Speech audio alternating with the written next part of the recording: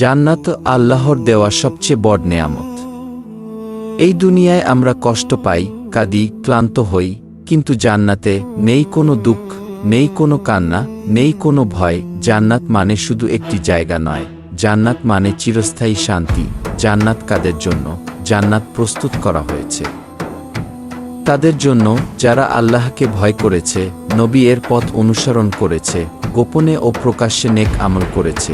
অনেক মানুষ দুনিয়ায় অবহেলিত ছিল, কেউ ছিল গরিব, কেউ ছিল কষ্টে ভরা, কিন্তু জান্নাতে তাদের সম্মান হবে পাহাড়ের মতো উঁচু। জান্নাতে প্রবাহিত হবে নদী, স্বচ্ছ পানির নদী, দুধের নদী, যার স্বাদ কখনো বদলাবে না, মধুর নদী, যা হবে অতি সুস্বাদু, আর থাকবে পবিত্র পানীয়ের নদী। এই নদীগুলোর শব্দ হবে শান্তির মতো, যা শুনলে হৃদয়ে ভরে যাবে প্রশান্তিতে। চারদিকে সবুজ বাগান, যার ছায়া শেষ হবে না, গাছের ফল ঝুলে থাকবে হাতের কাছেই, খেতে চাইলে হাত বাড়ালেই ফল চলে আসবে। সেখানে কোনো ফল মৌসুমি নয়, সব ফল সব সময়। জান্নাতের ঘর হবে সোনা ও রূপার ইটে তৈরি, ভিতর থেকে বাইরে আর বাইরে থেকে ভেতর দেখা যাবে। কোনো অন্ধকার নেই, নেই বিদ্যুতের প্রযোজন, সবখানে থাকবে নূরের আলো।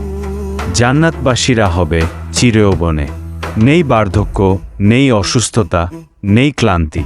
তাদের পোশাক হবে সবুজ রেশমের, অলংকার হবে সোনা ও মুক্তার।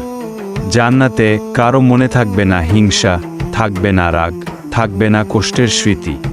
সব হৃদয় হবে পরিষ্কার, সব মুখে থাকবে প্রশান্ত হাসি। যা ইচ্ছে তাই খাবার মিলবে, খাওয়ার পর নেই কোনো পেট ব্যথা, নেই কোনো অসুস্থতা। খাওয়া হবে আনন্দ, পান করা হবে শান্তি।